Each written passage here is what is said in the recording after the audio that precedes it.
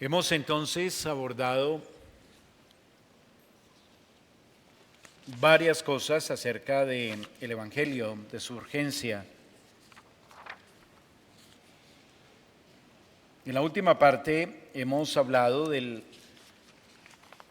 encargo, del Evangelio y la singularidad que éste conlleva, es decir, esas características especiales que tiene esa encomienda que Dios ha dado. Y hemos visto cómo a través de las Escrituras, según sus propósitos eternos, tanto en el Antiguo como en el Nuevo Testamento, ese propósito de llevar la buena nueva se nos ha hecho ver de manera clara. Y especialmente en el Nuevo Testamento veíamos en la última parte la comisión que Dios ha dado a la iglesia para llevar el mensaje del Evangelio. Creo que ustedes tienen ahí ese título en sus notas, la comisión del Evangelio. Y a la luz de ese pasaje de Mateo 28, 18 al 20, donde el Señor se revela a su iglesia representada en sus discípulos en ese momento, y les dice que Él tiene la potestad en el cielo y en la tierra y por tanto los comisiona para que vayan y hagan discípulos a todas las naciones. Recuerdan, bautizándolos en el nombre del Padre, del Hijo y del Espíritu Santo. Y a la luz de ese texto veníamos considerando tres cosas acerca de esa comisión. Lo primero, ¿quién lo recuerda? A quienes dan la comisión. ¿Sí? ¿Y a quiénes se le daba la comisión? A la iglesia. Perfecto, a la iglesia. Lo segundo, una sola persona. Hermana Clara. ¿Por parte de quién? Sí, la respuesta es de Cristo, que fue una comisión dada con autoridad a la iglesia. ¿Sí? ¿Están bien? La autoridad viene de Cristo. Muy bien. ¿Y el tercero? ¿No lo hemos visto? Sí, Hilda. Ok. Esa comisión tiene una cobertura o tiene una durabilidad hasta el fin del tiempo, hasta que haya hombres sobre la tierra. La iglesia tiene la responsabilidad, tiene ese encargo. Dios ha confiado en la iglesia esa tarea, esa labor. Y hemos dicho que es una labor privilegiada, ¿no? Poder participar en encontrar los escogidos de Dios en Cristo desde antes de la fundación del mundo mediante el testimonio del Evangelio. Y aquí yo estoy con vosotros todos los días hasta el fin del mundo. Eso lo dijo a los apóstoles y hablábamos que así como lo dijo a los apóstoles, debemos deducir que esa comisión no estaba limitada a esos 12. ¿Por qué? Porque ellos iban a morir muy pronto en el siglo I. Pero el Señor está diciendo que acompañará hasta el fin del mundo. Entonces no estaba hablando de los discípulos específicamente o limitadamente, sino de toda la iglesia representada en ellos y todos los que íbamos a creer a través del tiempo, como la oración, como cuando el Señor Jesús hace la oración en el Evangelio de Juan, capítulo 17, donde Él ora por sus discípulos y no solamente por ellos, sino también por los que han de creer en Él, por el testimonio de esos discípulos. Así que la iglesia sigue avanzando. No termina con la muerte del último discípulo, del último apóstol a quien se dirige aquí el Señor Jesús en Mateo 28, sino que la iglesia continúa y la iglesia sigue encargada, la iglesia sigue con esa comisión de llevar el mensaje del Evangelio. Entonces, esa comisión que es dada a la iglesia nos permite avanzar a un siguiente aspecto dentro de esta enseñanza del Nuevo Testamento, y es el carácter y naturaleza de la iglesia como portavoz del Evangelio. Carácter y naturaleza de la iglesia como portavoz del Evangelio. Ya vimos entonces que el Nuevo Testamento nos habla de la comisión a la iglesia que acabamos de repasar. Y ahora entonces debemos ver claramente cómo la iglesia se nos presenta en el Nuevo Testamento como esa institución de Cristo sobre la tierra que está no solamente encargada, sino que también está capacitada para hacer ese trabajo, para dicho trabajo, dicha comisión, y eso implica que la iglesia por naturaleza es portavoz del Evangelio. Hace parte de su esencia, hace parte de la razón de ser de la iglesia según el modelo, según el diseño que el Señor Jesús mismo le dio a su iglesia. Porque recuerda que el Señor Jesús fue el que dijo: yo edificaré mi iglesia y las puertas del Hades no prevalecerán contra ella. Así que cuando vamos a las Sagradas Escrituras, usted y yo nos vamos a encontrar con muchos pasajes, con muchos textos que nos hablan de ese aspecto de la naturaleza misma de la iglesia como portavoz de un mensaje, como portavoz específicamente del Evangelio. Así que quiero que consideremos algunos de esos pasajes que encontramos en las Sagradas Escrituras. Voy a pedirle entonces al hermano Carlos que me ayude con Mateo 5, 14 al 16. Carlos Poveda. Y Carlos Rico, Juan capítulo 8, versículo 12.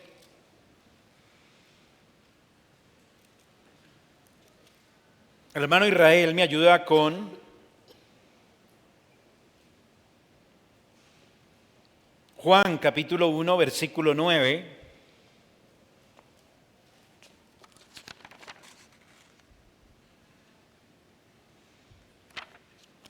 Ya está ahí. Escuchemos Mateo 5, 14 al 16.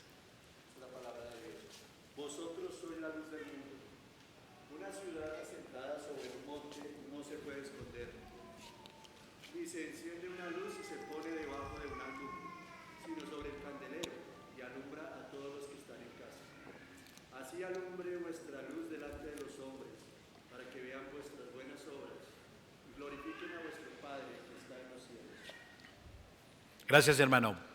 Vayamos reteniendo, vayamos atesorando ideas de cada pasaje que vamos a escuchar.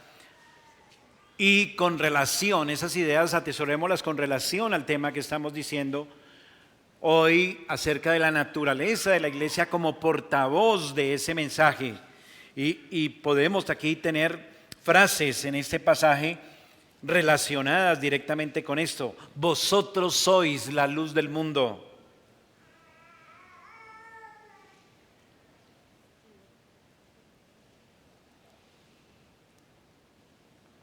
El candelero alumbra a todos los que están en casa. Así brille vuestra luz. Vayamos atesorando esas palabras. Escuchemos ahora Juan capítulo 8, versículo 12. Otra vez Jesús les habló diciendo: yo soy la luz del mundo. El que me sigue no andará en tinieblas, sino que tendrá la luz de la vida. Cristo afirma: yo soy la luz del mundo. Subraye eso en su mente. Y escuchemos ahora Juan 1:9. Aquella luz verdadera que alumbra a todo hombre venía a este mundo. Muy bien. Entonces, note que estos textos nos ayudan a elaborar claramente una idea acerca de la naturaleza de la iglesia como portavoz del Evangelio. El Señor Jesús le dice a los discípulos, a quienes le siguen, le dice: vosotros sois la luz del mundo. Ah, bueno, pero ¿por qué van a ser luz del mundo? Bueno, porque nada más ni nada menos, Cristo mora en su iglesia y Juan nos dice que Él es la luz del mundo. Entonces la iglesia, por naturaleza, tiene una morada de Cristo en medio de ella. Y la morada de Cristo en medio de ella hace que refleje entonces a Cristo al mundo. Como dice algunos comentaristas, la iglesia es como la luna respecto al sol. La luna brilla en la noche, ¿sí la ha visto? A veces está tan brillante que parece de día en el sitio donde nos encontramos. ¿Sí lo ha experimentado? Pero la luna tiene luz propia. No, es el reflejo de otro planeta que viene sobre ella y de esa forma la luna se convierte también en luz. Así que mi punto, y que quiero que usted atesore en su corazón, hermano, la iglesia por naturaleza es la morada de Cristo y Cristo es la luz del mundo. Así que, ¿qué hace la iglesia por naturaleza? Reflejar la luz de Cristo. Y el Señor dice, vosotros sois la luz del mundo. Y esa luz, como dice allí, debe alumbrar a todos. En el contexto del primer siglo, volvemos al punto, se estaba refiriendo a los primeros creyentes, en algunos episodios específicamente a los apóstoles, pero no significa que eran solamente ellos la luz del mundo. La iglesia en su conjunto es luz del mundo. ¿Y quiénes conforman la iglesia? ¿Quiénes conforman la iglesia? Los creyentes. Entonces, ¿los creyentes qué vienen a ser? Luz del mundo. ¿Y cómo alumbran? ¿Con qué alumbran? Bueno, alumbran con su testimonio, con sus buenas obras. Pero el punto que estamos remarcando aquí es que alumbran con el Evangelio. Muestran el camino, la verdad y la vida. Muestran entonces al pecador su condición, como vamos a hablar más adelante, y le enseñan el camino de la salvación, de la vida eterna. La iglesia entonces es la luz en tanto que refleja y proclama a Cristo como la verdadera luz. Por eso hablábamos del Evangelio, que es un Evangelio muy especial, que es un Evangelio que tiene una singularidad, que es totalmente exclusivo. ¿Lo recuerda? Y nosotros como creyentes estamos en esa misma línea, siendo reflejo de ese mensaje, de esa luz del Evangelio. Por eso nuestro Señor usa esas ilustraciones para explicar el punto. Una ciudad, dice el Señor, sobre un monte, una lámpara que está en un lugar alto dentro de una casa. ¿Qué nos están diciendo esas ilustraciones?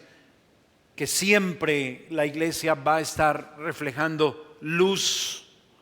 Claro, en la medida en que, vuelvo a decir, da testimonio de Cristo, en la medida en que muestra y refleja a Cristo de una y de otra manera. Por lo tanto, estas ilustraciones nos están diciendo que la iglesia, nosotros, toda iglesia del Señor Jesucristo, y como individuos que conformamos esa iglesia, debemos intencionalmente ser luz. Porque hace parte de nuestra naturaleza ahora como creyentes. Ahora somos la iglesia del Señor Jesucristo. Ya no somos del mundo, ya no somos de las tinieblas, ¿lo recuerda? Hemos sido trasladados del reino de las tinieblas a su luz admirable, dice la palabra del Señor. De tal manera que ahora nosotros de manera innegable debemos ser esa luz para todo aquel que está en tinieblas. La iglesia corporativamente, los creyentes individualmente, siendo luz, alumbrando, dejar que su luz brille delante de los hombres. Y eso significa que sí debemos proclamar, testificar del Evangelio. Somos portavoces de un mensaje, somos portavoces de una buena nueva. La iglesia tiene como característica ser portavoz de esa buena nueva. Y quiero dejar en ustedes especialmente este concepto, es por naturaleza. Eso somos. No es que es algo artificial, no es algo que se nos tiene que añadir de una manera como especial. No, ya por ser cristianos, mora Cristo en nosotros. Él es la luz del mundo. Entonces, en consecuencia, por naturaleza somos esa luz. Y con ese mismo espíritu alumbramos delante de los hombres. Debemos vivir y hablar de tal manera que con la bendición de Dios, los que nos rodean conozcan el plan de salvación. Los que Dios en su gracia pone en nuestro camino. Quizás hay muchas ideas por ahí flotando en el ambiente. Usted ha escuchado hermanos creyentes que dicen, no, es que hay que evangelizar a toda criatura. Entonces salgamos a la calle y el primero que pase, evangelícelo. Bueno, eso tiene parte de verdad, pero no es la verdad absoluta. El Señor nos permite oportunidades específicas para alumbrar. ¿Y qué más que el primer círculo que tenemos a nuestro alrededor? ¿Que son quiénes? La familia, los compañeros de trabajo, de estudio. ¿Qué dijo, hermano? Los amigos, los vecinos. Bueno, y ahí está el círculo, cada vez un poco más amplio.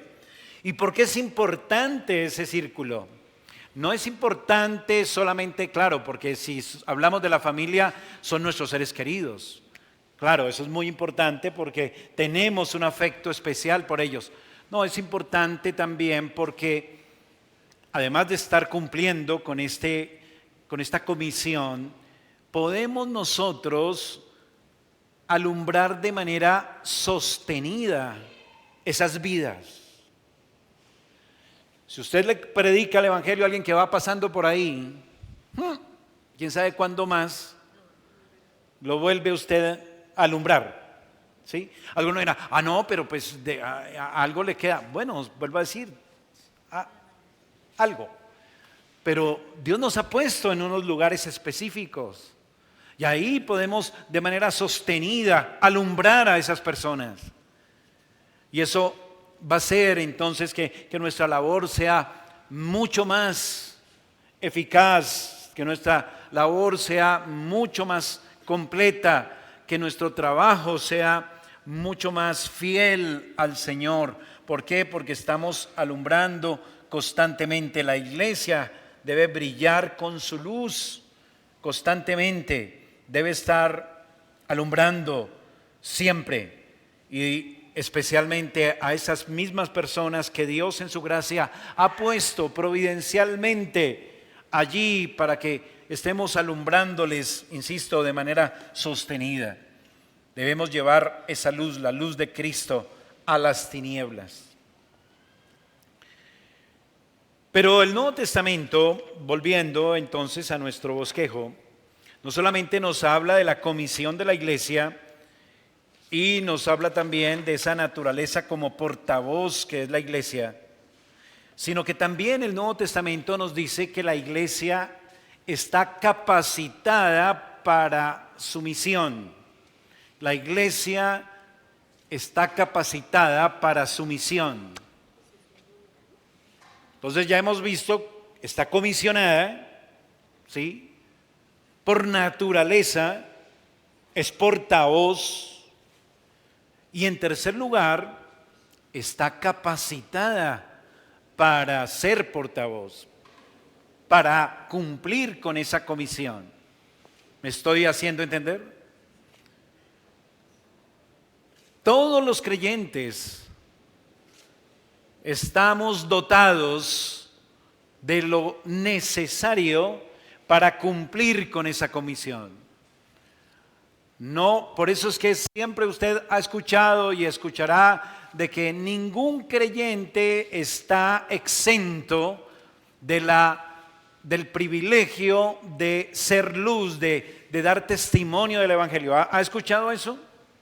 Todo creyente, todo creyente. Y entonces se levantan algunas voces que llegan y dicen, no, pero es que yo no soy capaz, yo no conozco tanto la palabra de Dios, yo no sé interpretar las Sagradas Escrituras, yo no sé hermenéutica, yo no sé ciencias bíblicas, yo no sé escatología. No, es que no se necesita eso.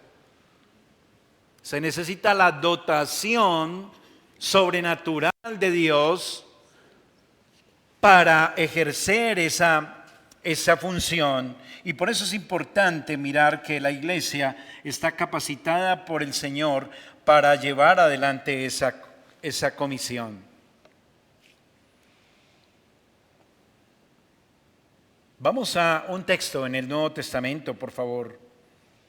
Hechos, capítulo 1, versículo 4 al 8.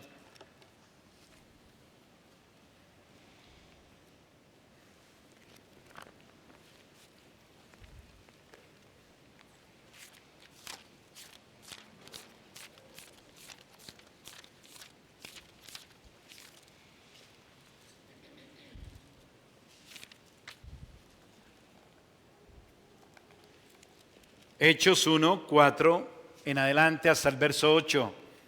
Recordemos este pasaje. Dice así: y estando juntos, les mandó que no se fueran de Jerusalén, sino que esperasen la promesa del Padre, la cual les dijo, oísteis de mí. Porque Juan ciertamente bautizó con agua, mas vosotros seréis bautizados con el Espíritu Santo dentro de no muchos días. Entonces los que se habían reunido le preguntaron diciendo, Señor, ¿restaurarás el reino a Israel en este tiempo? Y les dijo, no os toca a vosotros saber los tiempos o las sazones que el Padre puso en su sola potestad, pero recibiréis poder cuando haya venido sobre vosotros el Espíritu Santo, y me seréis testigos en Jerusalén, en toda Judea, en Samaria y hasta lo último de la tierra. La última parte, hermano, no sé si notó, especialmente nos habla de cuál es la dotación divina dada a la iglesia para llevar el mensaje del Evangelio a Jerusalén, a Samaria, a Judea y hasta lo último de la tierra. ¿Cuál es esa dotación? El Espíritu Santo. Tenemos que esperar, la iglesia cristiana, los creyentes, un movimiento y un avivamiento especial, y que aquí todos entremos en éxtasis y nos caigamos al piso, nos hagamos los muertos y ya entonces nos llegó el Espíritu Santo. No, que el Espíritu Santo ya vino. ¿Cuándo vino? En esta ocasión que se nos narra aquí en el libro de los Hechos, capítulo 1, capítulo 2. ¿Recuerdan? La provisión de la iglesia ya vino, y vino para quedarse, permítame decirlo de esa manera. El Espíritu mora en la iglesia desde el día de Pentecostés y ya está en la iglesia. Y todo creyente que se une a la iglesia es bautizado en el Espíritu Santo. ¿Sí sabía usted eso? Pero por si acaso repasemos. Primera de Corintios,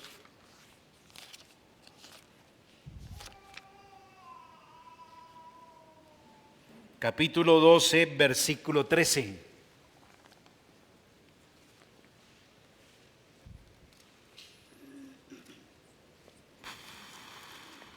Porque por un solo espíritu fuimos todos, subráyese todos, porque por un solo espíritu fuimos todos bautizados en un cuerpo, sean judíos o griegos, esclavos o libres, y a todos se nos dio a beber, ¿de qué? De un mismo espíritu. Y aquí en el libro de los Hechos, volviendo al libro de los Hechos, recuerde que cuando terminó la predicación de Pedro en el día de Pentecostés, todos se compungieron de corazón y dijeron a Pedro y a los otros apóstoles, estoy leyendo en el capítulo 2, verso 37, le dijeron: varones hermanos, ¿qué haremos? Y Pedro les dijo: arrepentíos y bautícese cada uno de vosotros en el nombre de Jesucristo. Note, ¿para qué? Para perdón de los pecados, y recibiréis el don del Espíritu Santo. ¿Qué se necesita entonces? Solo el arrepentimiento. ¿Por qué les dice Pedro eso? Que solo el arrepentimiento. Bueno, pues porque acababa de pasar el Pentecostés, cuando el Espíritu vino a morar en la iglesia del Señor Jesucristo, y por eso Pedro ya puede decir: vea, arrepiéntanse, crean para perdón de sus pecados y para que reciban el don del Espíritu Santo. Porque es que el Espíritu Santo ya vino a la iglesia, está morando en la iglesia, y así todo aquel que se une a la iglesia para ser salvo mediante la fe y arrepentimiento en Cristo, recibe el don del Espíritu Santo, y eso como un cumplimiento de esa promesa que dio el Señor Jesús en los profetas del Antiguo Testamento, especialmente esta profecía que trae a colación Pedro en el día de Pentecostés. Quiero que por favor la mire conmigo. Joel capítulo 2, versículo 28.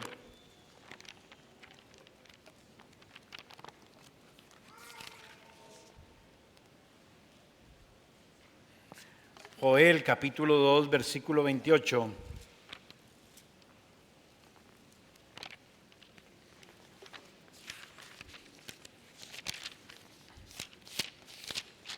¿Lo tiene? Dice el profeta Joel: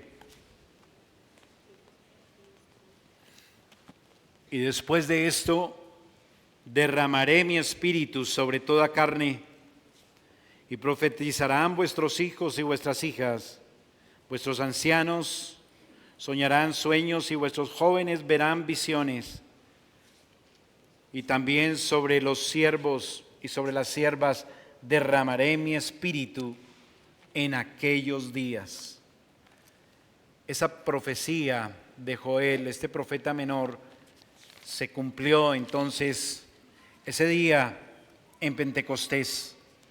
Allí fue entonces cuando Pedro se levantó y dijo: esto que ustedes ven es el cumplimiento de lo que dijo el profeta Joel. Mírenlo el capítulo 2 de Hechos otra vez. Verso 14, 2:14.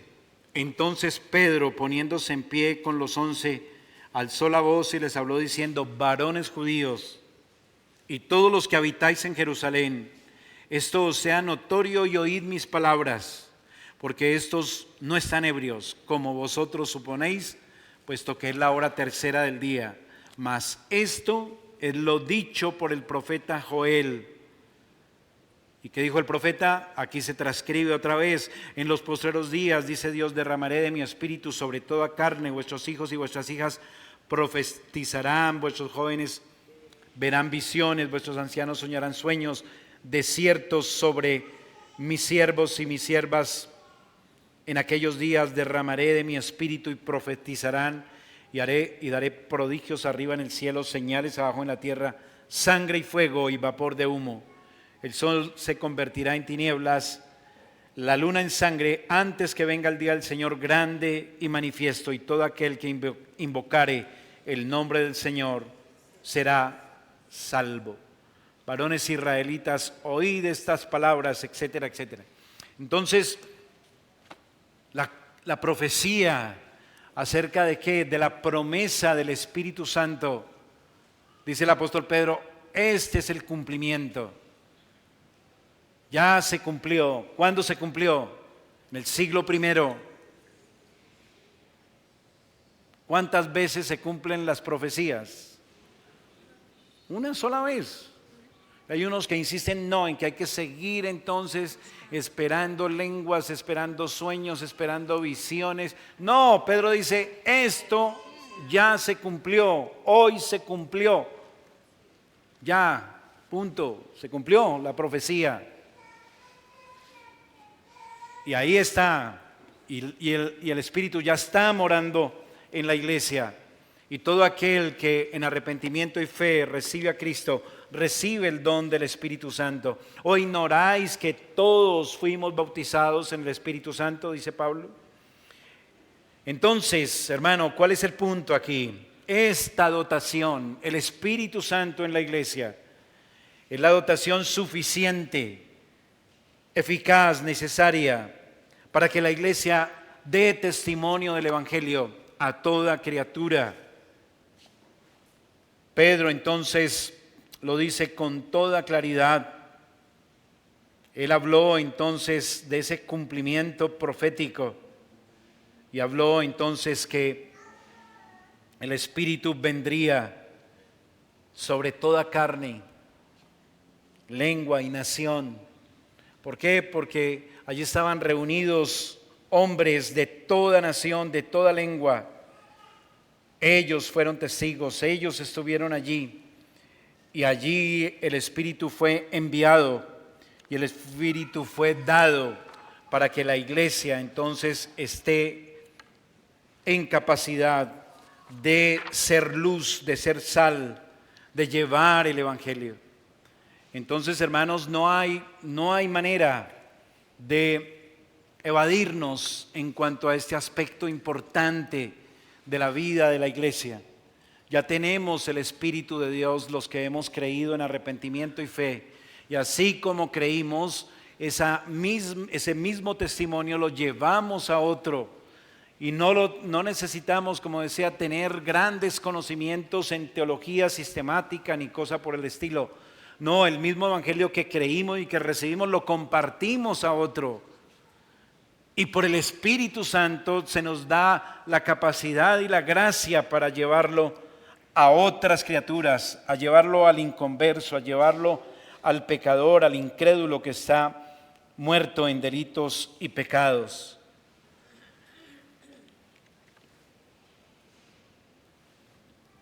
Se me acabó el tiempo. En conclusión breve,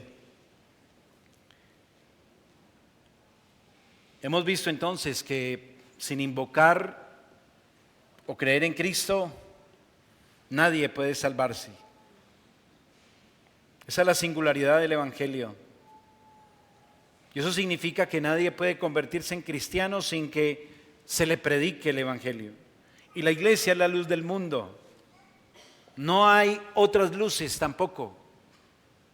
Hermano, hermana, ojo a eso. ¿Cuántas luces hay en el mundo para ser portavoces del Evangelio? Solo una, la iglesia del Señor Jesucristo. Así que tengamos en cuenta ese gran privilegio que nos ha sido dado, esa comisión de predicar el Evangelio a toda criatura. Es una gran bendición para nosotros y hemos sido provistos de todo lo que necesitamos para ser luz a los que están en oscuridad. Oremos y por ahora dejemos aquí para continuar Dios mediante el próximo domingo. Oremos. Padre, gracias damos por el tiempo que nos permites meditar en estos valiosos principios, verdades, doctrinas. Señor, ayúdanos como iglesia a hacerlas parte de nuestra vida, de nuestra experiencia. Padre, bendice tu palabra en nuestro corazón, en nuestra iglesia. que este aspecto nos inspire a alumbrar, a reflejar la luz tuya, Señor, a aquellos que pones en nuestro camino y que permites, oh Dios, que podamos ser de testimonio del Evangelio y de la buena nueva. Señor, te lo rogamos en el nombre de Jesús. Amén y amén.